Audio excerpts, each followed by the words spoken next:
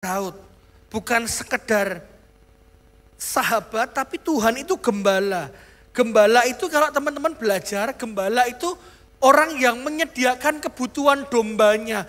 Gembala itu orang yang menggiring dombanya. Gembala itu orang yang menuntun dombanya. Kalau teman-teman pernah pergi ke desa atau ke tempat-tempat yang pinggiran di kota Solo, teman-teman akan lihat orang yang menggembalakan domba. Biasanya kalau teman-teman orang yang menggembalakan domba itu, dia apa? Menggiring dombanya. Menggiring dombanya kemana? Ke tempat ke rumput yang hijau, ke tempat yang enak. Ke tempat padang rumput yang luas. Hari ini gambaran Daud menunjukkan Daud itu bilang Tuhan itu gembalaku. Tuhan itu yang menuntun langkah hidupku. Kalau hari-hari ini teman-teman takut, saya mau bilang jangan takut. Karena Tuhan adalah gembala kita. Amin. Dia yang menuntun kita. Beberapa dari teman-teman mikir, aduh kok masa depanku gak tahu kayak gimana. Aku gak tahu aku harus melangkah kayak gimana. Tapi hari ini saya mau katakan Tuhan itu gembalamu. Dikatakan bukan cuma Tuhan gembala, tapi dikatakan apa? Takkan kekurangan aku. Aku tidak dibuat kekurangan meskipun ada masalah, meskipun dalam tantangan yang berat, tapi janji Tuhan dikatakan apa? Takkan kekurangan aku. Teman-teman tidak akan dibuat sampai kekurangan. Amin. Amin. Yang percaya katakan amin. Karena Tuhan itu gembala kita. Selanjutnya dikatakan apa? Ia membaringkan aku di padang yang berumput hijau. Ia membimbing aku ke air yang tenang. Tuhan bilang, Tuhan itu gembala yang baik. Dia menuntun kita ke padang rumput yang hijau. Dia membawa ketenangan dalam hidupmu. Hari ini buat teman-teman yang rasa overthinking, dia gembala yang baik yang memberikan damai sejahtera dalam kehidupanmu dan kehidupanku. Dia Bapa, dia gembala yang menuntun kita ke padang rumput yang hijau. Padang rumput yang hijau ini berbicara tentang apa? Toh? Janji Tuhan dalam hidupmu. Saya berdoa mungkin buat teman-teman yang takut sama masa depannya. Hari ini saya mau katakan dalam kehidupanmu, dia gembala yang menuntun kepada masa depanmu yang gilang gemilang. Amin. Hari ini saya mau ajak siap kita. Dikatakan ia membaringkan aku, yang namanya dibaringkan itu dibawa ke satu tempat yang nyaman. Comfort zone. Di padang yang berumput hijau, ia membimbing aku. Dibimbing. Yang namanya dibimbing itu pelan-pelan. Dibimbing ke air yang tenang. Ayat yang ketiga dikatakan. Ia menyegarkan jiwaku. Beberapa dari teman-teman rasa burnout, rasa capek, rasa lelah dalam kehidupannya.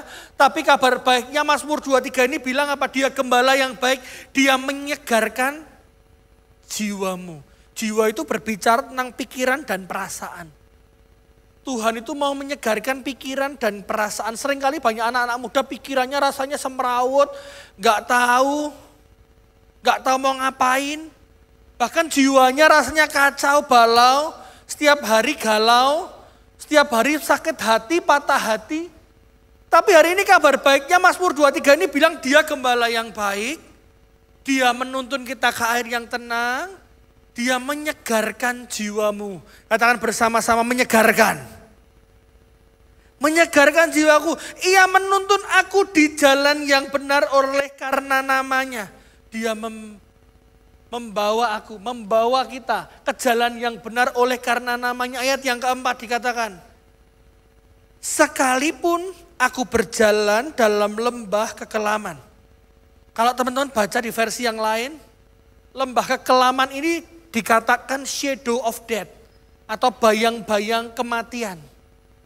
Beberapa dari kita anak-anak muda rasanya ngalami tantangan, ngalami masalah dalam kehidupan. Rasanya kita nggak kuat. Beberapa dari kita rasanya Tuhan aku rasanya pengen mati aja. Tuhan aku rasanya pengen mengakhiri hidupku aja. Tuhan rasanya capek sama hidupku, sama hari-hariku, sama keluargaku, monoton. Aku kekurangan di ekonomi. Aku harus struggle, berjuang melihat orang tua aku setiap hari berkelahi. Beberapa dari kita rasanya capek. Tapi ada satu firman Tuhan katakan apa? Sekalipun aku berjalan dalam lembah kelam. Firman Tuhan katakan apa? Aku tidak takut bahaya.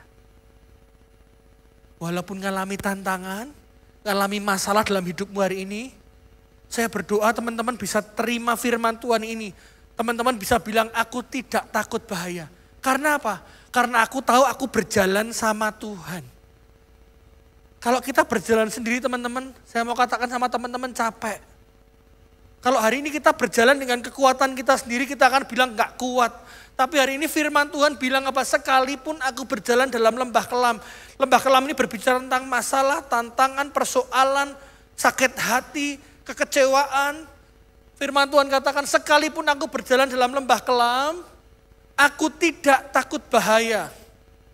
Karena apa? Sebab engkau beserta. Yang namanya beserta itu kalau teman-teman baca, beserta itu artinya apa? Berjalan bersama. Sekalipun dalam lembah kelam, sekalipun kita harus melewati lorong gelap, sekalipun kita harus jalan di gang yang gelap, tapi kita harus tahu kita jalan sama Tuhan, kita beserta dengan Tuhan. Tuhan menggandeng kita, menggandeng kita, menggandeng kita. Jadi hari ini jangan takut teman-teman. Firman Tuhan bilang, sekalipun aku berjalan dalam lembah kekelaman, aku tidak takut bahaya sebab engkau besertaku. Gadamu dan tongkatmu itulah yang menghibur aku. Teman-teman ada yang tahu gada itu apa ya? Gada itu apa ya? Gada itu pentungan. Tujuannya gada itu kalau gembala bawa gada, tujuannya adalah untuk melindungi dombanya. Jadi saat ada serangan hewan buas sama domba-dombanya, gembala ini pakai gadanya untuk mukul hewan buasnya. Untuk mengusir hewan buasnya. Yang dimaksud adalah kita sebagai domba-dombanya Tuhan. Tuhan itu gembalanya.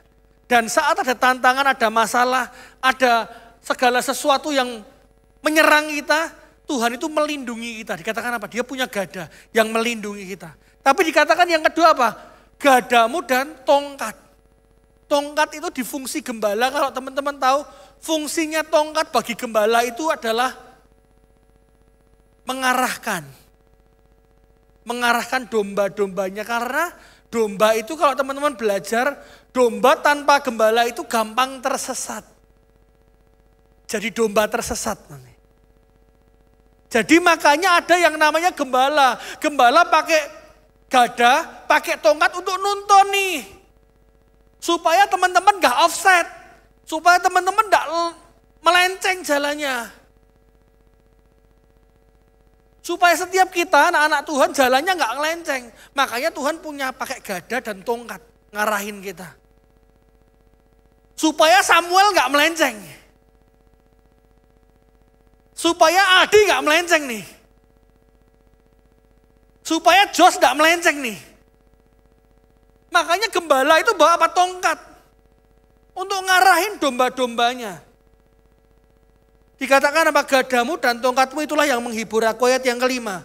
Engkau menyediakan hidangan bagiku di hadapan lawanku. Engkau mengurapi kepalaku dengan minyak. Yang dimaksud adalah engkau menyediakan hidangan bagiku di hadapan lawanku. Itu artinya adalah apa? Tuhan memberikan kita kemenangan. Tuhan membawa kita ke tempat yang lebih tinggi, mengurapi kepala kita dengan minyak. Pialaku penuh melimpah. Ada satu tempat yang Tuhan akan berikan dalam kehidupan kita ke tempat yang lebih tinggi. Karena dia gembala yang baik. Kebajikan dan kemurahan belaka akan mengikuti aku seumur hidupku. Dan aku akan diam di rumah Tuhan sepanjang masa. Kalau teman-teman baca di ayat yang ke-6 bisa ditampilkan. Kebajikan dan kemurahan belaka akan mengikuti aku. Kalau teman-teman baca, di versi terjemahan aslinya dikatakan bukan cuma mengikuti, tapi mengejar. Kebajikan dan kemurahan itu mengejar. Bukan cuma mengikuti, tapi hidupmu dikejar sama kebajikan. Hidupmu dikejar sama kemurahan Tuhan, amin. Bukan cuma hidup biasa-biasa, tapi hidupmu mengalami Tuhan dalam hidupmu, ada berkat Tuhan dalam hidupmu. Hari ini, saya cuma baca 6 ayat ini. Tapi hari ini saya mau ajak siap kita memahami teman-teman. Hari ini kondisinya mungkin sedang gak baik. Tapi saya mau ajak teman-teman, anak-anak Tuhan, ayo bareng-bareng, jangan takut. Ada tantangan, ada masalah, tapi yuk jalan sama Tuhan yuk. Yuk bangun hubungan pribadi kita sama Tuhan yuk.